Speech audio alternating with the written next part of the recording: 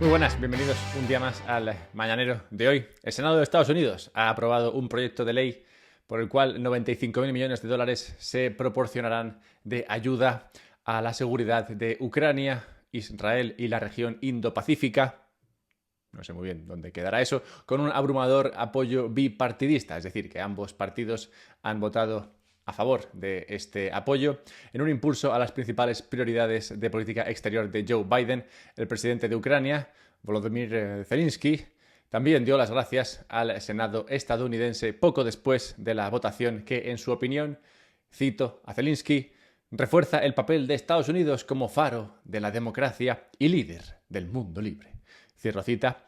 Vamos, que la guerra va a continuar entre Ucrania y Rusia y la idea es que es bueno que Ucrania pueda seguir defendiéndose del invasor, en este caso de Rusia.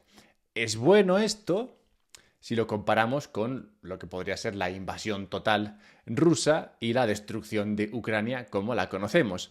Pero, claro, sería mejor esto que, por ejemplo, un tratado de paz que acabase con la guerra y con las muertes. Maldito relativismo, ¿por qué no podemos tener una respuesta definitiva y absoluta? ¿Y qué tiene que ver esto con Bitcoin? Tendrás que quedarte para ver todo esto. Y es que el mañanero de hoy lo voy a dedicar a explorar el conflicto ruso-ucranio que recibe hoy un nuevo impulso en esta ayuda americana que permitirá que se alargue al menos hasta después de las elecciones de Estados Unidos. El impacto de dicho conflicto para las partes involucradas, por qué el peor parado, quitando a Ucrania, claro, les sigue el rollo y qué podría hacer para evitarlo. Bien, este es el podcast en el cual se pone todo esto en común, es el podcast en el que se comparten estas ideas, este es nuestro podcast, así que compártelo con otra gente para que cuando digamos nuestro, pues sean más personas. ¿Por qué no? Así tendrás con más gente de la que hablar de estos temas, que son sin duda los temas que te parecen importantes. Suscríbete y te mando un mail los sábados también. Bien, para desentrañar toda esta cuestión, que no es sencilla, voy a valerme de unos cuantos artículos que me perdí debido al viaje que tuve, artículos de Foreign Affairs, de Bloomberg, de Wall Street Journal y del New York Times, que tratan la cuestión desde varios ángulos y que nos permiten llegar a una conclusión sobre lo que está pasando, más o menos. Bien, Foreign Affairs dice lo siguiente.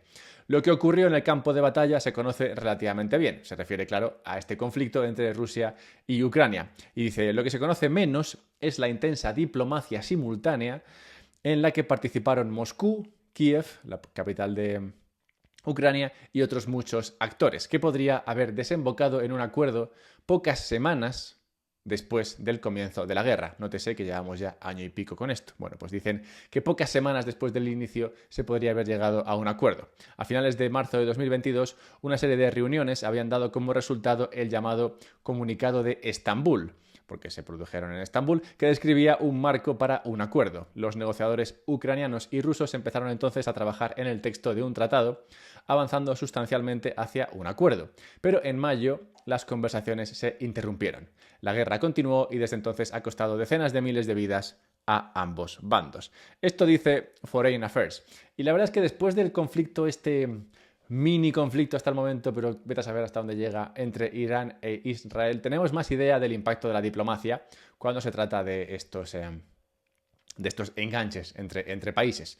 Bien, ¿por qué se interrumpieron las conversaciones? Se pregunta Foreign Affairs. Pues Putin ha afirmado que las potencias occidentales intervinieron y rompieron el acuerdo porque estaban más interesadas en debilitar a Rusia que en poner fin a la guerra. Bueno, esto dice Putin, alegando que Boris Johnson, entonces primer ministro británico, había transmitido a los ucranianos en nombre del mundo anglosajón, como nos gusta, el mensaje de que debían luchar contra Rusia hasta que se logre la victoria y Rusia sufra una derrota estratégica, lo cual podría haber dicho Churchill también, pero bueno, dicen que lo dijo este otro. Y la verdad, a ver, no podemos saber lo que se dijo realmente y tampoco te puedes fiar realmente de lo que dijo o de lo que dice Putin al respecto, pero sí podemos observar el resultado del conflicto. Sí que podemos ver cómo está yendo y a quién está afectando y a quién está beneficiando y a quién está perjudicando. Es un poco como cuando no sabes muy bien quién está detrás de algo. En estas situaciones, el modelo mental que mejor funciona es ver quién se beneficia de lo que sea que esté pasando. Así te darás una idea de quién es el promotor de esa historia. La OTAN No digo que sea la OTAN quien está detrás de esto, claro. Pero la OTAN, en palabras de su primer secretario general, Lord Hastings, se creó, en palabras de Lord Hastings, cito, para mantener a la Unión Soviética fuera, a los norteamericanos dentro y a los alemanes abajo. Cierro cita. Y como dice Thunberg, de estos 3 objetivos que comentaba el primer secretario general de la OTAN, lo de Rusia-Ucrania al menos habría conseguido uno de esos 3, y es mantener a Alemania abajo, y es que Alemania está hundida. Después de pegarse un tiro en el pie cerrando nucleares, no estaba tan mal gracias al barato gas ruso que quedó bloqueado con las sanciones que se impusieron a Rusia tras el comienzo de la guerra. Dice Thunberg al respecto, cito, al perder el acceso a la energía rusa barata, Europa se vio obligada a importar gas natural licuado de países como Estados Unidos y Qatar para compensar la diferencia. Entonces, a finales de septiembre del 22, con los precios del gas natural licuado en niveles máximos, los gasoductos de Nord Stream fueron atacados, implosionados, destruidos, cimentando la dependencia de la Unión Europea de costosas importaciones de gas natural licuado para los años venideros. El responsable de esta destrucción del gasoducto de Nord Stream aún no ha sido identificado públicamente por ninguna agencia de inteligencia occidental. Cierro cita. A este respecto puedes usar el mismo esquema mental descrito antes para imaginarte quién puede estar detrás de la destrucción de los gasoductos. Bien, el resultado para Alemania lo describe de esta manera el New York Times. Cito, Alemania, que durante mucho tiempo fue el motor económico de Europa, lo sabemos en España, es ahora el país de menor crecimiento de los 20 que utilizan el euro, de lo cual, curiosamente, se alegra España. Entró en recesión en 2023 y se prevé que se estanque en 2024. Bajo el peso de la subida de los precios de la energía y la caída de la producción, el país sufrió el año pasado su mayor inflación en 50 años. La carga de esta inflación ha caído sobre todo en sus trabajadores de bajos ingresos, cosa que siempre pasa con el tema de la inflación, y la clase media. Desde 2022, los salarios reales en Alemania, según un estudio reciente, se han reducido más que en ningún otro momento desde la Segunda Guerra Mundial. Yo no sé qué manía tiene la gente con darle caña a Alemania, sabiendo que precisamente Alemania tiene como muy mal perder, pero bueno, no sé, la gente es muy valiente. Bien, así que mientras que Rusia sigue vendiendo su petróleo, su gas y sus diamantes, como veremos después, por el mundo, y Estados Unidos mejora sus exportaciones habiendo creado un nuevo mercado prolífico en Europa, es Europa la que se ve más castigada con este conflicto. De nuevo, sin contar a Ucrania, por supuesto. Y este conflicto es uno que hoy se alarga con esa nueva inyección de dinero que llegará a Ucrania para mantenerles en la batalla. Visto lo cual, cabe preguntarse por qué Europa se presta a esto. Thunberg lo comenta de esta manera, cito, más guerra, más dolor económico y menos energía. Eso es lo que Estados Unidos ofrece a sus amigos de Europa. El verdadero misterio es por qué lo aceptan tan fácilmente. Y además, nótese que no es solamente todo este tema que vengo comentando hasta ahora respecto de Estados Unidos y su interés en mantener este conflicto, sino que también es Estados Unidos, lo recordaréis por algún otro mañanero que he comentado hace unas semanas, también es Estados Unidos el que está diciéndole a Europa que se adueñe de esos activos que confiscaron a Rusia, que son unos 200.000 o 300.000 millones de dólares, y que les está diciendo a Europa que ya que los tiene confiscados, que se los queden y que se los quiten a Rusia, algo que Europa pues no ve del todo bien, porque entiende que eso es ilegal y además entiende que le podría poner en situación peligrosa frente a Rusia, pero Estados Unidos le dice, no, tú dale, quítaselo, total, ¿qué puede pasar? Cosa que, de nuevo, pues es un poco rara, ¿no? Y en este caso sí que Europa está, al menos no haciendo caso totalmente de lo que le pide Estados Unidos, pero quién sabe, igual acaban cediendo y haciendo eso que pide Estados Unidos, lo cual sería, de nuevo, probablemente más guerra, más dolor económico y menos energía para Europa. Una decisión que, de nuevo, no entiendo por qué tomaría Europa. Pero bueno, quizás la respuesta de por qué Europa se mete en estas cosas o por qué Europa decide seguirle el rollo a Estados Unidos a pesar de que se ve perjudicada con estas decisiones, pues quizá la respuesta a todo esto sea la falta de independencia de Europa frente a Estados Unidos. Lo cual me lleva a otra noticia, y es que precisamente para tratar de mejorar su independencia, un grupo suizo, como sabéis, un país normalmente neutral, aunque bueno, con el tema ruso sí que se posicionaron, Suiza, dentro de Suiza, un grupo suizo sin ánimo de lucro ha presentado una propuesta de ley a su gobierno para incluir Bitcoin en las reservas del país. Cito a este grupo suizo: estamos ultimando los preparativos organizativos del comité y elaborando los documentos que deben presentarse a la Cancillería del Estado para iniciar el proceso, declararon a un diario suizo el 20 de abril. Y están vendiendo esta idea de que Suiza debería tener algo de Bitcoin en reservas porque, cito, al incluir Bitcoin en sus reservas, Suiza marcaría su independencia del Banco Central Europeo. Y esto reforzaría nuestra neutralidad, dice Lucius Meiser, presidente de la plataforma de comercio Bitcoin Swiss, que está ayudando con la iniciativa. Es una iniciativa que ya trataron de colar a Suiza en 2021, pero bueno, nada como la constancia. Lo intentamos ahora también en el 24, cuando la situación en Bitcoin está más clara, los ETFs y demás. Bueno, quizás esta vez tengan suerte. Para sacarlo adelante, el grupo debe reunir unas 100.000 firmas en el plazo de 18 meses para obtener el derecho a un referéndum, y en ese referéndum aproximadamente de los 7,5 millones de habitantes en edad laboral, el 1,3% deberían firmar la petición. Bien. Las reservas de Suiza están en activos de terceros países. Lo mismo ocurre con las reservas que tienen muchos de los países europeos.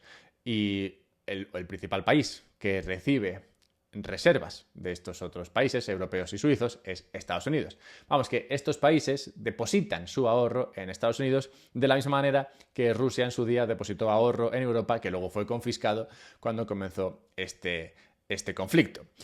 Y es por tanto que en un mundo en el que nadie vela por tus intereses, como hemos visto en el comienzo de este tema, salvo tú mismo, pues toda palanca que sirva para mejorar tus perspectivas de futuro me parece útil. Y Bitcoin, un dinero incensurable, se presenta como una herramienta especialmente valiosa. Quizás esto sea lo que lo que Europa debería considerar, igual que Suiza, esperemos, acabe considerando también en este próximo año. Veremos cómo acaba. En cualquier caso, en 30 segundos hablaremos de una actualización a los mercados de Bitcoin, y es que han pasado 2 meses en los que no ha pasado nada. Bueno, han pasado cosas, pero no demasiadas. Así que tenemos que actualizar un poco cómo está el mercado. Hablaremos de eso, hablaremos de China y el oro, y hablaremos de cómo los rusos sí que consiguen vender diamantes. Bueno, y también petróleo y también gas, como he comentado antes. Pero bueno, hablaremos de eso porque las rocas, ya sean en forma dorada o en forma diamantina, pues vienen al caso, sobre todo en relación a lo que tiene que ver con Bitcoin. Pero bueno, 30 segundos para recordaros que podéis suscribiros a la newsletter y os mando un mail los sábados. El del próximo sábado lo voy a comentar luego en una de las noticias por donde irá. Tendrá que ver un poco con China seguramente, pero bueno, puedes suscribirte a la newsletter en un podcast sobre bitcoin.com y te mando, como digo, un mail los sábados, y puedes comprar Bitcoin a través de Relay. Si lo haces, encontrarás no solamente un descuento usando el enlace que está en la descripción, sino que también encontrarás que es fácil, sencillo, rápido para toda la familia, y puedes obtener ese Bitcoin de manera, óptima. Y puedes guardar ese Bitcoin de manera segura si lo haces en una Bitbox. Una Bitbox es una especie de USB en el cual puedes meter tu Bitcoin y así autocustodias tu riqueza de manera que nadie tenga la posibilidad de quitártela, como Europa le quita sus ahorros a los rusos cuando se portan mal. Bien, hablemos del mercado de Bitcoin. Y es que encontramos en el mercado de Bitcoin que todo el mundo, o prácticamente todo el mundo, ha sido liquidado. Es decir, toda la gente que estaba apalancada, toda la gente que compró Bitcoin con un apalancamiento por 5, por 10, por 100, está prácticamente liquidada, es decir, ha sido eliminada de sus posiciones, lo cual nos lleva a un mercado más sano. Y es que, aunque Bitcoin ha subido durante la última semana, aún no se ha visto acompañado de signos de que los operadores hayan vuelto a entrar agresivamente con apalancamiento. Lo cual, como digo, está bien. La última fase de ese desapalancamiento se vivió cuando comenzó con el amago de conflicto entre Irán e Israel. Ahí fue cuando cayeron los pocos apalancados que todavía quedaban.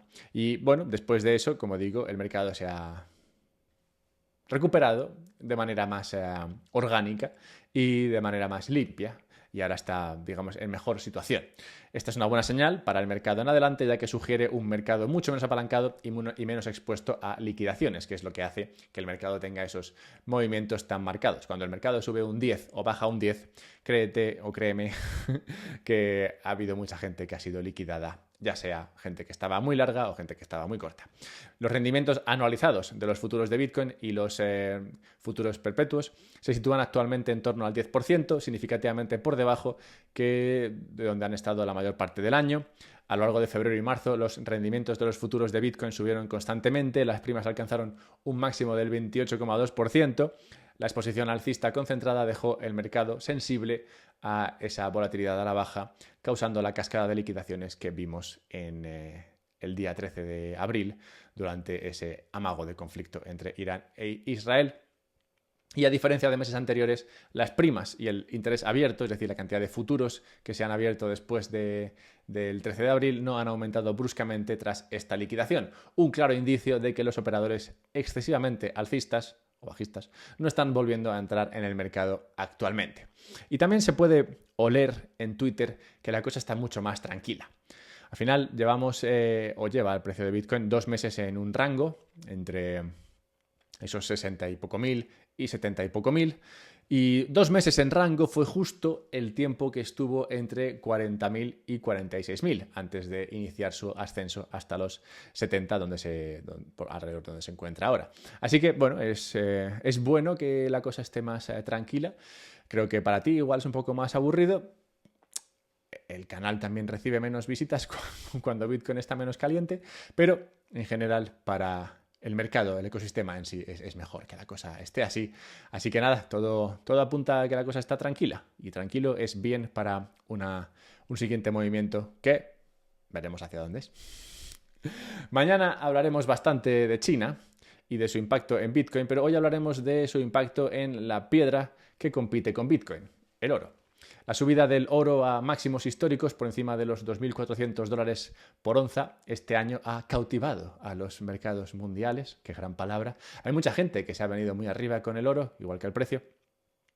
China, el mayor productor y consumidor mundial del metal precioso, atención, mayor productor y consumidor mundial, consumen y producen, lo hacen todo, está al frente y en el centro de este extraordinario ascenso.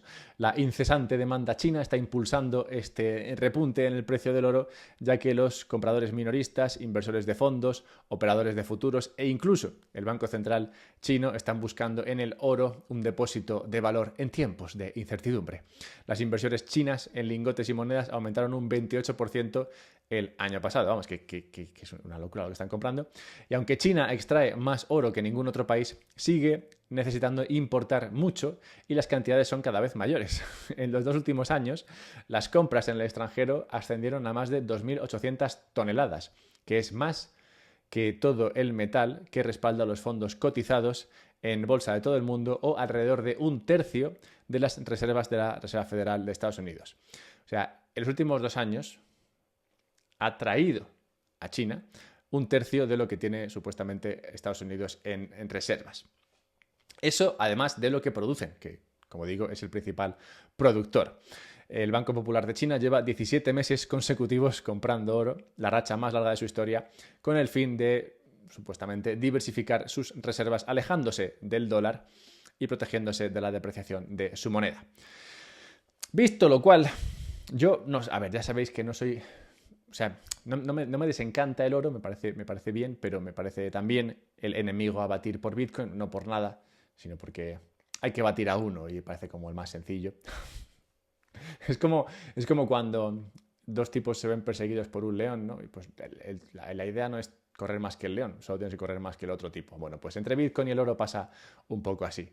Y el caso es que China tiene mala fama cuando se trata de elegir activos en los que invertir, lo cual no me da tampoco muy buena espina que sea justo el oro lo que estén empujando.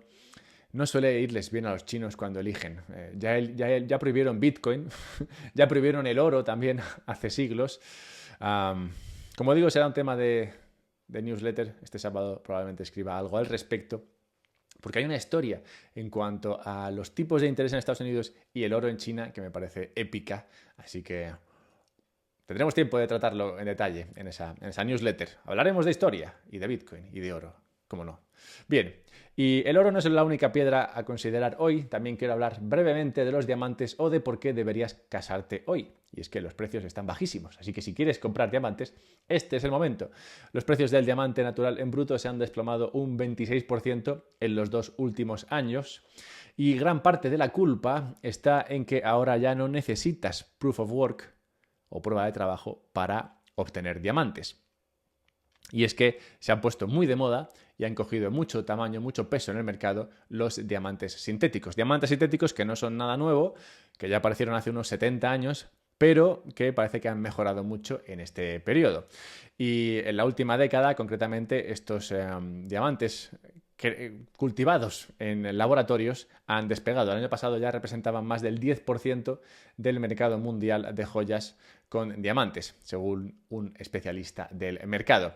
Y no solamente se está viendo castigado por esos diamantes de Proof of Stake, sino que también la oferta rusa ha deprimido aún más los precios de las gemas naturales. El año pasado, Rusia suministró el 27% de los diamantes en bruto del mundo.